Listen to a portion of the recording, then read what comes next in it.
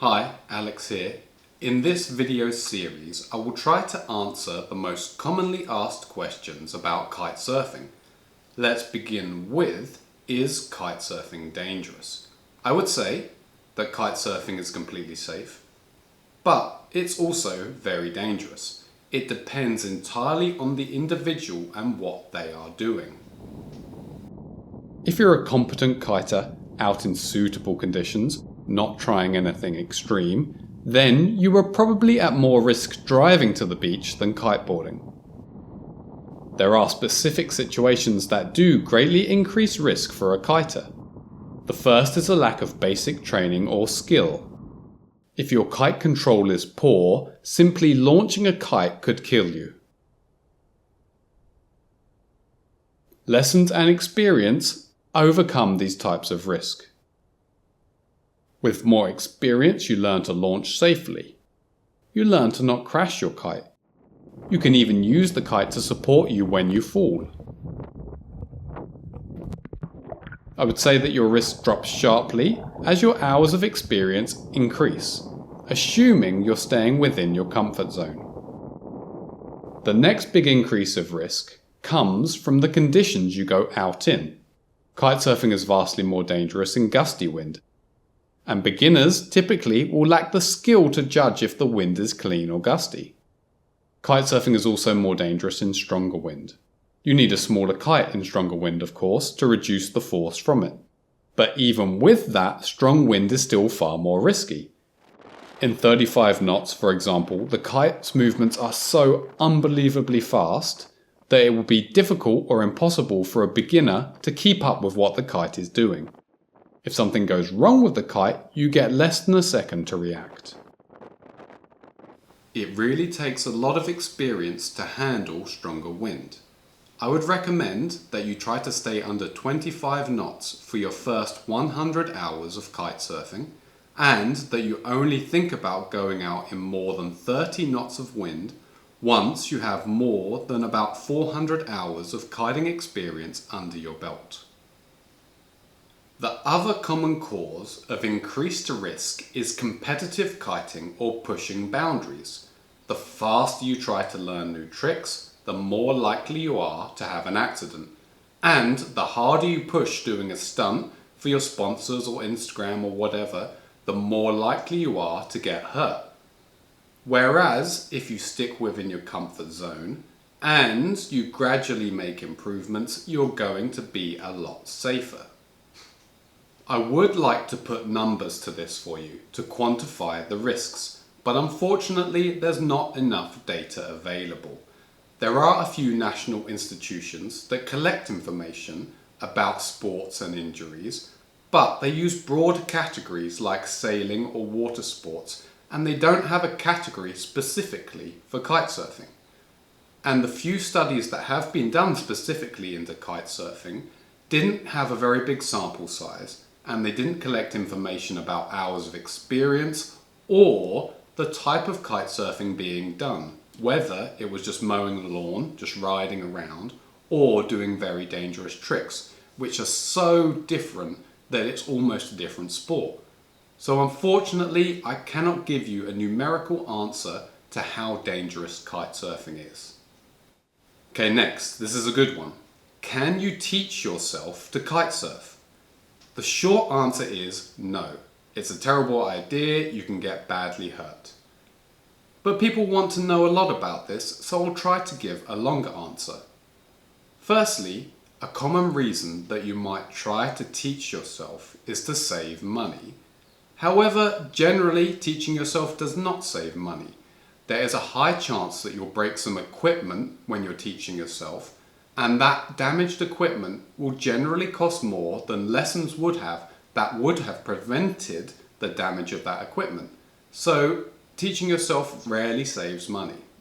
I think it's well worth explaining why it's so difficult to teach yourself to kitesurf. Other sports you can teach yourself reasonably well, but kitesurfing is different.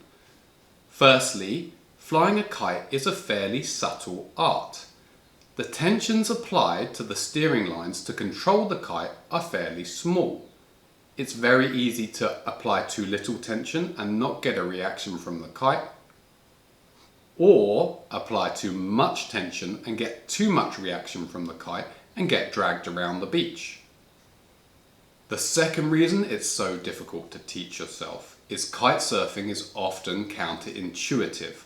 What your gut tells you to do is often the wrong thing to do.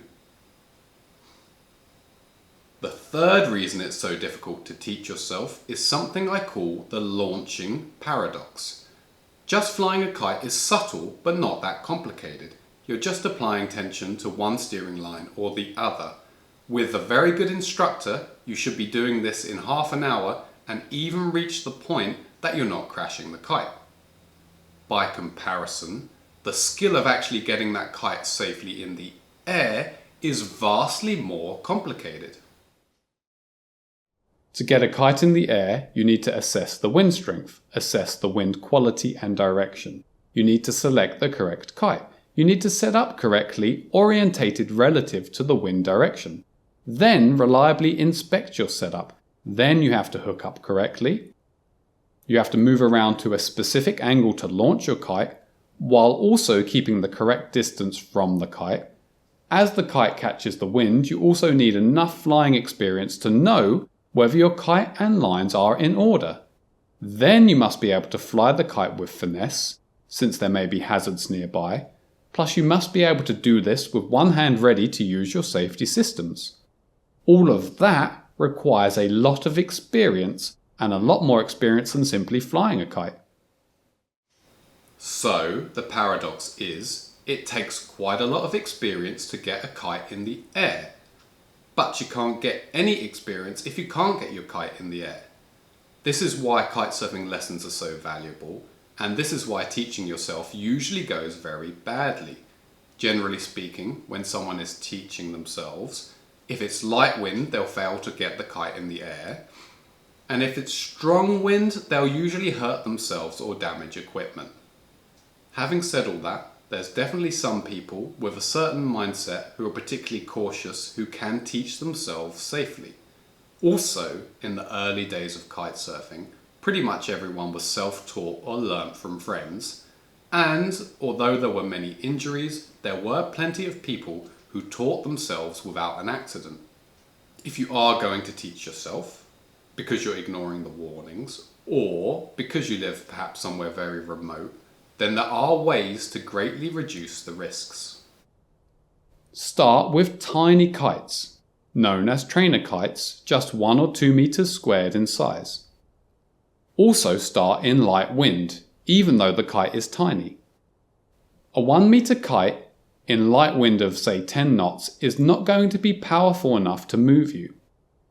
You also want lots of flat ground or water upwind of you so that the wind is clean and not made gusty by moving around obstacles on its way to you. You also want no hazards close by that you could fly your kite into. On top of all that, you want no people close by. That's really important. If you're crashing kites near people, that could end up getting kitesurfing banned or overly restricted. That's quite a long list of requirements actually.